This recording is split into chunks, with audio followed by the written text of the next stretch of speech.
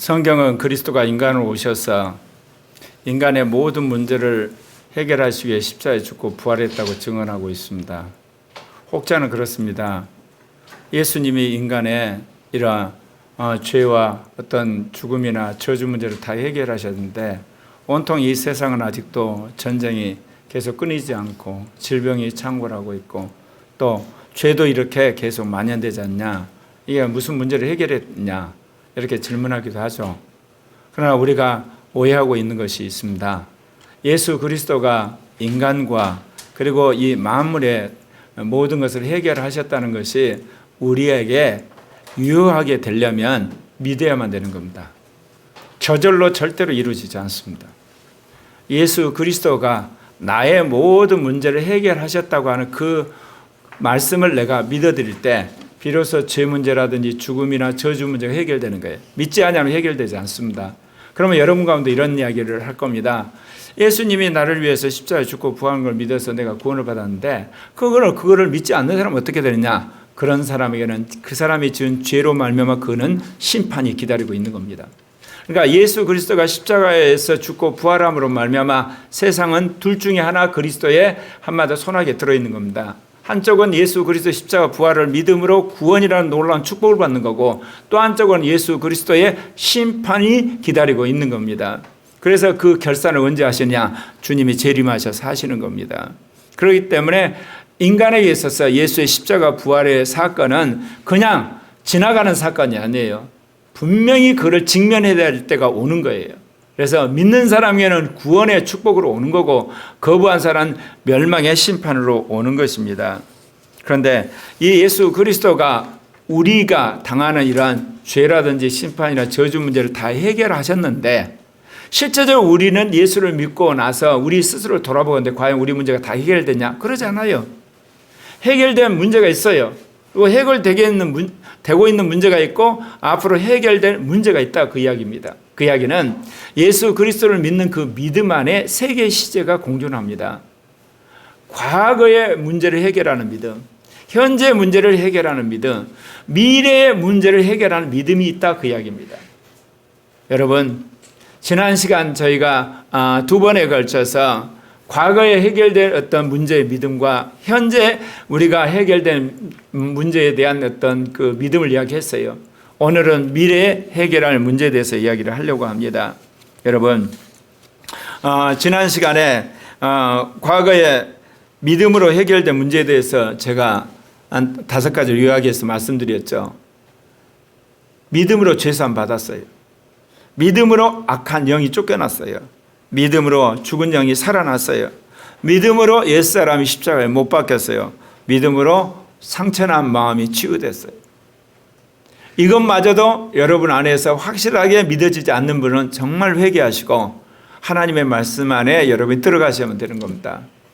그러지 않으면 여러분 인생의 앞길이 여러분 계속 이러한 문제로 말미암아 장애물이 되고 그것을 여러분이 막기 때문에 형탄할 수가 없습니다. 그렇기 때문에 여러분들은 과거 문제에 관한 이 문제는 예수 그리스도의 십자가 부활의 복음 안에서 완벽하게 해결하셔야 되는 겁니다. 곧 죄 문제, 악한 영의 문제, 죽은 영의 문제, 옛사람의 문제, 상처난 마음 문제 해결하셔야만 되는 겁니다. 그리고 현재 우리가 믿음으로 해결하는 문제에 대해서 몇 가지 말씀드렸어요. 믿음으로 역사를 이룬 경험들, 그 다음에 믿음으로 치유되는 경험들, 그리고 믿음으로 우리를 미혹하는 그런 오죽음에 관한 이야기 말씀드렸습니다. 그리고 믿음으로 마음의 평안을 얻는 것 말씀드렸고 이제는 믿음으로 우리가 새로운 피조물로 살라고 그러셨습니다. 그러면 오늘은 여러분 여기 나와 있는 말씀처럼 미래의 약속을 선취하고 이루는 믿음, 곧 미래의 문제를 해결하는 믿음에 대해서 말씀을 드리려고 합니다. 여러분, 아까 말씀드린 과거 문제를 믿음으로 해결했잖아요. 그리고 여러분 현재 문제를 믿음으로 해결했어요. 실은 미래의 문제를 해결하기 위해서 그런 거예요. 제가 늘 그런 이야기를 합니다. 세상 사람들은 과거를 보고 미래를 추론합니다. 그러나 크리스찬은 미래에 대한 예언의 말씀을 듣고 과거를 되돌아보는 거예요. 그렇기 때문에 오늘날 글로벌 시대에 특별히 디지털 시대에 크리스찬이 세상에서 정말 여러분 승리할 수 있는, 축복받을 수 있는, 앞서갈 수 있는 시대가 온 거예요. 여러분 생각해 보십시오. 여러분이 살아가는 삶의 모든 판단은 과거의 경험이에요. 그리고 현대의 정보예요. 그리고 나서 미래를 추론하는 거예요. 그러나 성경은 그러질 않아요. 하나님은 과거도 아시고 현재도 아시지만 하나님 미래를 알고 계세요. 그렇기 때문에 자기의 자녀들에게 미래에 대한 말씀을 하세요. 그렇기 때문에 우리는 그 미래에 대한 약속을 받고 마음 안에서 그것이 새겨진 것을 믿고 그대로 우리가 달려가는 겁니다. 그래서 제가 일부 예배 때 그런 이야기를 했어요. 세상 사람들은 어떤 일을 함에 있어서 앞으로 그 일이 성공할지 실패할지, 그 일이 정말 잘 될지 못 될지 기약 없이 열심히 나름대로 노력해요. 그러나 그리스도인은 그러질 않아요. 그리스도는 믿음으로 살기 때문에 하나님의 약속을 믿고 그리고 반드시 그것이 성취할 것을 믿고 그리고 나가는 겁니다. 이 이야기가 생뚱맞은 분들은 정말 회개하셔야 돼요. 왜 그러냐면 과거적인 믿음을 가진 거예요. 현재적인 믿음에 머물러 있었던 거예요. 크리스찬이라면 당연히 미래 문제를 해결하는 미래적인 믿음을 가지셔야 돼요. 그걸 어떨 때는 비전이라 그러고 어떤 때는 그걸 예언이라 그러고 그걸 어떤 때는 사명이라 그러고 어떤 때는 약속이라 하는 거예요. 여러분 안에는 미래적인 믿음이 있습니까? 그래서 오늘 여러분에게는 특별히 이 미래 문제를 해결하는 믿음에 대해서 말씀을 드리려고 합니다. 첫 번째, 영적인 약속을 믿고 구하면 반드시 주십니다. 사람에 따라서 세 가지 종류가 있습니다. 과거형의 사람이 있습니다. 현재형의 사람이 있고 미래형의 사람이 있습니다. 여러분 과거형의 사람은 어디 가면 금방 알 수 있냐면요. 여러분 양로원 가면 압니다. 그리고 마을 그 경로당 가면 압니다. 그 앉아 계시는 할아버지 할머니들 뭐 하시나요? 나 옛날에 이랬댔어. 초등학교 시절 이야기하고 중학교, 고등학교, 대학교 자기가 회사 다니면서 중형 이야기했던 이야기예요. 미래 이야기 하나도 없어요. 미래 이야기 하신 분들은 거기 안 계세요. 미래 이야기 하신 분들은 돌아다니면서 왕성하게 기업에서 강의하기도 하고 세미나 하기도 하고 어디 가서 코칭하고 계세요. 과거형 사람들이. 또 여러분 미래형 사람들은 어디에 있나요? 유치원 가면 알아요. 얘들은 항상 미래에 대한 어떤 꿈속에서 기대 속에서 열망 속에 살거든요. 그리고 현재의 사람은 중년들 현실 속에 파묻혀 살아요. 여러분은 어떻게 사시나요? 저는 지금 60대 중반인데 여전히 미래형으로 살아요. 아마 내일 내가 한마디로 말해서 하늘나라 가도 나는 미래를 꿈꾸고 살 거예요. 여러분 천국이 가는 것이 뭐예요? 미래일이에요. 부활 미래일이에요. 재림 미래일이에요. 영생 미래일이에요. 크리스찬은 체질적으로 미래적이어야 되는 거예요. 그런데 아직 크리스찬인들 불구하고 과거 문제 헤매는 사람, 과거에 자기 출신 고민하는 사람, 집안 탓하는 사람, 이건 철저하게 어때요? 크리스찬으로서 자격 없어요. 회개 엄청 하셔야 돼요. 그거는 여러분이 이 땅에 태어나기 위해서 하나님이 겪어야 할 하나의 과정에 불과한 거예요. 예수를 믿는 순간부터 여러분은 미래형으로 완전히 바꿔지셔야 돼요. 언제까지요? 주님 가시는 날까지. 그게 성경에서 말하는 인간관이에요. 그런데 미래형이 절로 되는 게 아니에요, 여러분. 미래에서 꿈꾼다고 그래서 앞으로 어떻게 된다 기대한다고 그래서 추측한다고 해서 미래형이 되는 게 아니에요. 성령을 받으셔야 돼요. 왜냐하면 과거에 관한 것들은 우리가 다 알아요. 역사를 기록을 보고 여러 가지를 보면 알아요. 현재 오늘날 이루어지는 여러 가지 뉴스라든지 정보를 알아요. 미래는 하나님만이 아세요. 하나님만이 미래의 모든 것들을 계획하고 준비하고 계세요. 그런데 인간은 모르잖아요. 그 하나님이 아시는 미래를 인간이 알려면 성령 받으셔야 되는 거예요. 그런데 놀랍게 주님이 약속하셨어요. 영적인 약속을 믿고 구하면 반드시 주겠다고 그랬어요. 심지어 당신이 3년 반 훈련시킨 제자들한테 너희들 다른 데 가지 마. 성령 받고 가 그랬어요. 예배당 지으라고 하지 않았어요. 성경 열심히 공부하라고 하지 않았어요. 전도하라고 열심히 하지 않았어요. 너희 모여가지고 헌금하라고 이야기하지 않았어요. 성령 받으라 그런 거예요. 왜 그러냐면요. 우리가 하나님과 교제하는데 성령을 받아야만 하나님의 계획과 하나님의 뜻과 하나님의 그 놀라운 전략을 알 수가 있는 거예요. 그래야만 크리스찬이 이 땅에서 앞서가는 사람이 되는 거예요. 선도하는 사람이 되는 거예요. 이기는 사람이 되는 거예요.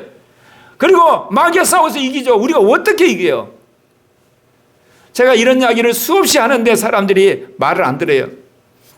나는 우리 청소년들 안에 세계적인 그야말로 재벌이 나오기를 원해요. 간단해요, 여러분. 펀드 매니저가 됐는데 5분 안에 세계 경제 동향, 주식시장 동향하면 돈 다 쓸어 모아요. 근데 여러분, 경제 분야에서 예언자가 나타났다는 이야기 못 들으셨죠? 그럼 왜 그럴까요? 성령 운동을 예배당 안에서 우리가 흔히들 말하는 지혜 말씀이나 지식의 말씀, 병 고치고 그것만 생각하는 거예요. 흔히 사역에 있어서 영의 기름 부음. 그러나 여러분 구약을 보세요. 전 분야에 성령을 부으셨어요. 여러분 모세는 군사령관이에요. 여러분 요셉은 총리였어요. 아모스는 농부였어요. 예스겔은 여러분 제사장이었어요. 다윗은 왕이었어요. 전 분야의 성령을 부으셨어요. 하나님이 그런 시대가 도래했단 말입니다. 그리고 이제는 어때요? 어른만, 중년의 남녀에게만 성령이 부으시는 게 아니에요. 청년에도 부어요. 노인에도 부어요. 어린아이도 부어요. 전 세대의 성령을 부으세요. 그리고 이제는 성령이 오순절 교단만 부으는 게 아니에요. 장로기도 붓고 감리교도 붓고 예를 들면 가톨릭 붓고 정교회 다 부으세요. 토탈 성령 운동이 시작됐어요. 그런데 코리아 교회에 있는 여러분들이 그러한 성령의 충만을 가운데서 이 시대를 앞서가지 않으면 얼마나 여러분 부끄럽고 창피하고 속상합니까? 나는 코리아 교회 여러분들이 성령의 약속을 믿고 구함으로 말미암아 토탈 성령 운동을 주도하는 여러분 되시길 바랍니다. 그래서 사도행전 1장 4절부터 5절 보면 사도들이 함께 모이사 그들에게 분부하여 이르시되 예루살렘을 떠나지 말고 내게 들은 바 아버지께서 약속하신 걸 기다리라. 요한은 물로 세례를 베풀었으나 너희는 몇 날이 못 되어 성령으로 세례를 받으려 하셨느냐. 하나님이 아마 뱃속에서부터 저를 택했던 것 같아요. 예. 왜냐하면 제가 어렸을 때부터 시간에 대해서 그렇게 고민을 많이 했거든요. 공간에 대해서, 우주에 대해서, 인간에 대해서. 그래서 제가 질문 참 많이 했댔어요. 근데 하나님이 결국 그런 고민 속에서 이 나라에 대해서, 통일에 대해서, 인류에 대해서, 이 민족에 대해 고민하다가 성령을 받았잖아요. 그 성령을 한 10일 동안 세례를 받고 2년 동안 성령 받고 나서 제가 바꿔진 게 하나가 있어요. 하나님은 다 하시더란 거예요. 단지 인간이 모르는 거예요. 그런데 하나님은 당신만 알고 인간을 그야말로 무지 속에 두지 않으세요. 예수 그리스도를 믿는 사람에게 성령을 보내셔서 모든 삶의 영역에 대해 가르쳐 주시기를 원해요. 특별히 미래에 관한. 그래서 여러분 어찌하든지 영적인 약속을 믿고 여러분 구하시길 바랍니다. 그럼 반드시 주십니다. 예수님이 제자들은 뭐 하겠어요? 예루살렘 떠나지 말고 성령 세례 받아. 성령 세례가 다른 게 아니라 성령을 부어버리는 걸 말하는 겁니다. 그래서 하나님 저는 정말 감사를 해요. 나같이 그야말로 육신적인 이성을 가진 사람에게 성령을 부어서 가치관을 바꾸게 하는가. 그럼에도 불구하고 제가 들어봤는데 회개를 많이 해요. 왜 그러냐? 워낙 내가 이성적이고 양심적이고 어떤 그 심적인 거를 집착하다 보니까 성령을 구하기는 했지만 기도를 열심히 안 했어요.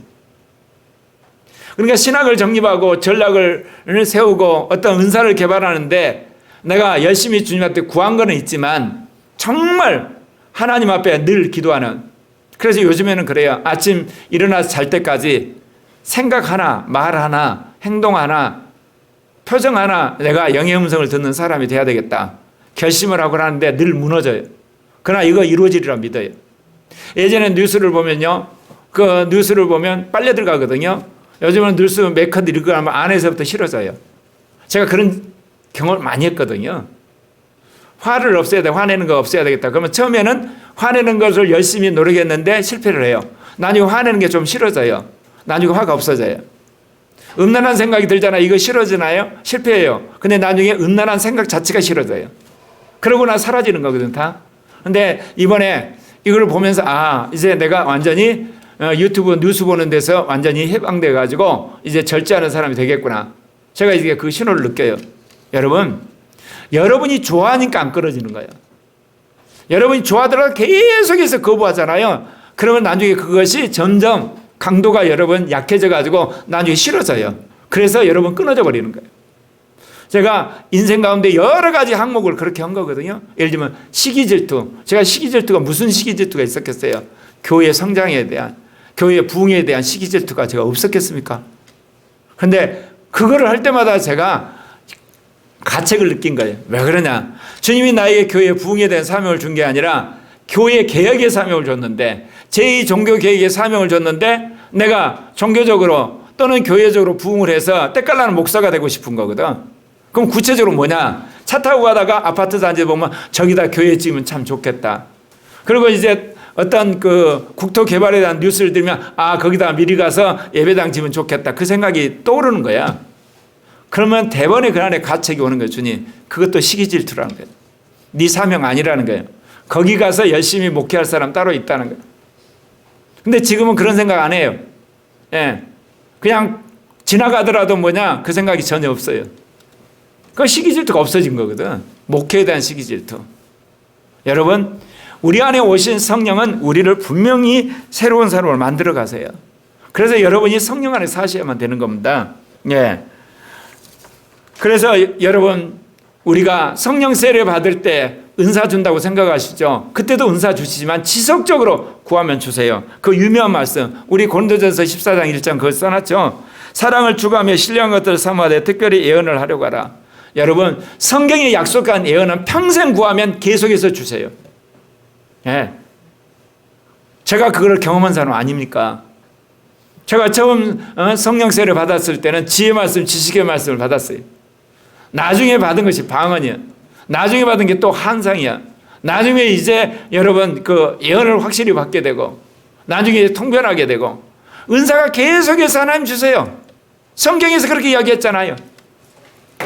사랑을 추구하면 신령을 사모하라.